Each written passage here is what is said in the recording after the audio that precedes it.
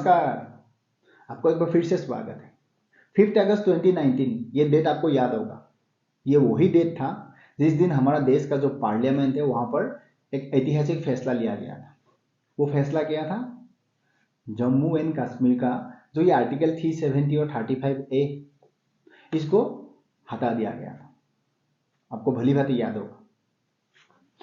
Article 370 और 35A जिसका परिणाम जम्मू एंड कश्मीर भारत का एक स्टेट होते हुए भी भारत का जो संविधान है उसका साथ डायरेक्ट नहीं जोड़ते थे। काफ़ी सारा प्रावधान थे जिसका सुविधा लेते हुए वहाँ का कुछ अलगाववादी, मतलब टेररिज्म को सपोर्ट करने वाला, सोच रखने वाला पॉलिटिकल पार्टी हो या जो भी हो, जो क्रॉस बॉर्डर टेररिज्म है पाकिस्तान से जो आते थे ना, इन लोगों का जो बढ़ावा है वो बढ़ गया था, क्योंकि काफ़ी सारा ऐसा रूल रेगुलेशन है जो वहाँ डायरेक्ट नहीं कनेक्ट होते थे। तो देश की सेंट्रल गवर्नमेंट ने उस समय में जो देश का प्रेसिडेंट था रामनाथ कोविंद जी, उन्होंने ऑर्डर दिया, पार्लियामेंट में बहस हुआ, दोनों हाउस में, अपर हाउस और लोअर हाउस। उसके बाद बहुमत आया, आर्टिकल 370 और 35 कंप्लीटली रिमूव हो गया। यहाँ तक तो आपको मालूम होगा।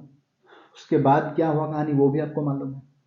मतलब आपको मालूम होगा ना, सेकुलरिज्म का नाम पे हमारा देश में, मतलब ये जो जितना डिपार्टमेंट है ना, बड़े बड़े डिपार्टमेंट, हर डिपार्टमेंट में एक एक शोरूम खोल के रखा है। वो देश की जुडिशरी सिस्टम में है, पॉलिटिकल सिस्टम में है, मीडिया सिस्टम में है, वहाँ पर एक सेकुलरिज्म का शोरूम खोल के रखा है। तो उस शोरूम के लिए बड़े बड़े सेल्स मैनेजर है, मार्केटिंग मैनेजर है, उनको जब भी जरूरत होता है वो क्या करते हैं, अपने हिसाब से पिटीशन उठा के सुप्रीम कोर्ट में डाल देते हैं। तो उस शोरूम का जो फंडिंग वगैरह होता है फॉरेन से होता है, अलगाववादी से होता है, टेररिज्म फैलाने से होता है। तो इनको तो डेफिनेटली ये बात मतलब बर्दाश्त नहीं हुआ। उनका दुकान तो ऑलमोस्ट बंद होने का कगार पे था। तो उन्होंने क्या किया, पिटीशन उठा के दाखिल कर दिया सुप्रीम कोर्ट में, लगभग 20 या 22 पिटीशन।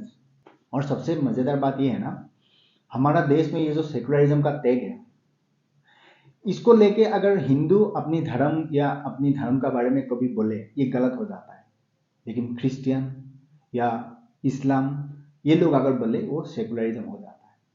और सुप्रीम कोर्ट ने कहा कि हमारा पास आज का दिन में कोई केस ही पेंडिंग नहीं है, तो जो भी केस आएगा हम एक्सेप्ट करेंगे। और ये तो आर्टिकल 370 हिस्टोरिकल केस है, इसको तो एक्सेप्ट करना ही चाहिए। तो सुप्रीम कोर्ट ने एक्सेप्ट कर लिया और ऊपर से हम इसको जल्द से जल्द सुनवाई करेंगे, मतलब फास्ट ट्रैक में हम इसको सुनवाई करेंगे।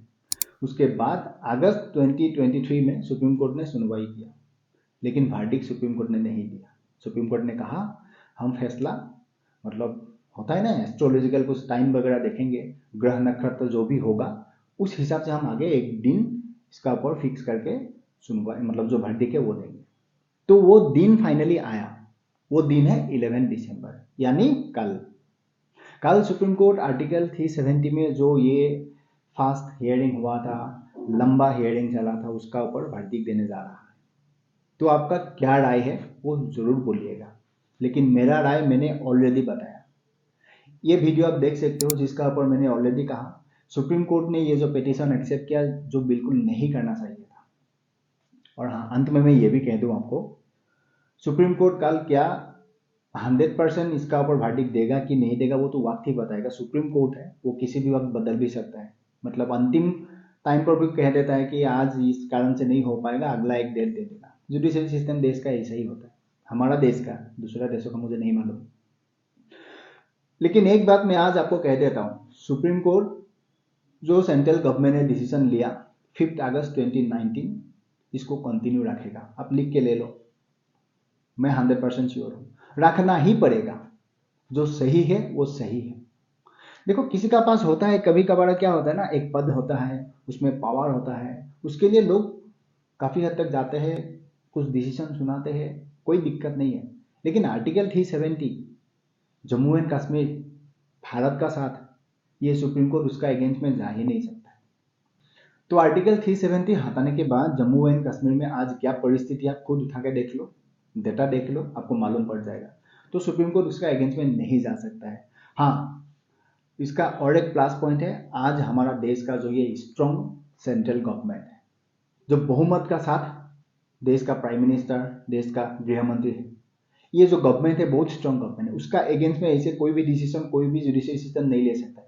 हाँ, लेने को तो ले सकता है, सुप्रीम कोर्ट अगर चाहे कि मुझे ये डिसीजन ऐसा देना है वो दे सकता है, उसका ऊपर कोई कुछ नहीं कर सकता है। उनका पास उतना पावर है, मैंने बोला ना कोई पद होता है उसका पावर होता है, वो यूज कर सकता है। लेकिन आज ये देश जिस दिशा में आगे बढ़ रहा है, कंपेरेटिवली अगर पहले टाइम का गवर्नमेंट होता, हो सकता है ऐसा डिसीजन जरूर आता, सुप्रीम कोर्ट बोलता कि नहीं ये पहले जो था ऐसा ही होगा, ये नहीं हटेगा, लेकिन आज वो नहीं कर सकता है। इसीलिए नहीं कर सकता है। अगर प्रैक्टिकली 1 मिनट के लिए आप मान के देखो कि सुप्रीम कोर्ट ने अगर बोल दिया कि आर्टिकल 370 वापस लागू होगा, 35A वापस लागू होगा, क्योंकि आज हमारा देश में एक बहुमत वाला गवर्नमेंट है, सेंट्रल गवर्नमेंट, वो पार्लियामेंट में बिल पास कर सकता है, रिजोल्यूशन ला सकता है, उसका ऊपर सुप्रीम कोर्ट का फैसला को रद्द कर सकता है। इसीलिए सुप्रीम कोर्ट भी उसका अगेंस्ट में नहीं जाएगा। और जब बात प्रैक्टिकल की होती है, आज वहां पर जो विकास हो रहा है, आर्टिकल 370 नहीं हटने से वहां क्या परिस्थिति है, हटने के बाद क्या परिस्थिति है, ये तो सुप्रीम कोर्ट ने भी देखा है ना। तो सुप्रीम कोर्ट को भी वही करना पड़ेगा जो बेहतर है। मैंने कहा ना, अगर वो सोचता है कि नहीं मुझे गलत ही करना है या सही करना है, मेरा ही डिसीजन मेरे को देना है, वो एक अलग मेथड है। लेकिन अगर देश के लिए, समाज के लिए देना है, सुप्रीम कोर्ट को ये जो है ना सेंट्रल गवर्नमेंट का डिसीजन, इसका साथ ही जाना पड़ेगा। और मैंने बहस सुना, फॉलो किया था, लंबा दिन मैंने फॉलो किया। उसके बाद वहां पर मैंने जो देखा, मतलब जिस समय ये कपिल सिब्बल, राजीव धवन ये लोग तर्क दे रहा था ना, जिसका कोई बेस नहीं है, बोला ना ये जो salesman, sales manager, marketing manager, इनका जो पैसा आता है तो उसके लिए भुगतना पड़ता है, तो ये लोग बोल रहा था। लेकिन उस समय भी मैंने देखा जो 5 जज की जो बेंच थी, उन्होंने जिस तरीके से उनका साथ बहस कर रहा था, उससे क्लियर हो गया था कि आर्टिकल 370 35 पे वापस नहीं आएगा। तो मेरा वही फैसला है मेरी तरफ से, और मेरा मानना भी है, और मैं 100% श्योर हूँ कल भी वही डिसीजन आएगा। अगर बाद में भी आएगा, कल नहीं आएगा, डिसीजन वही आएगा। तो मिलते हैं अगले वीडियो में, तब तक आप अपना ख्याल रखिएगा और खुश रहिएगा।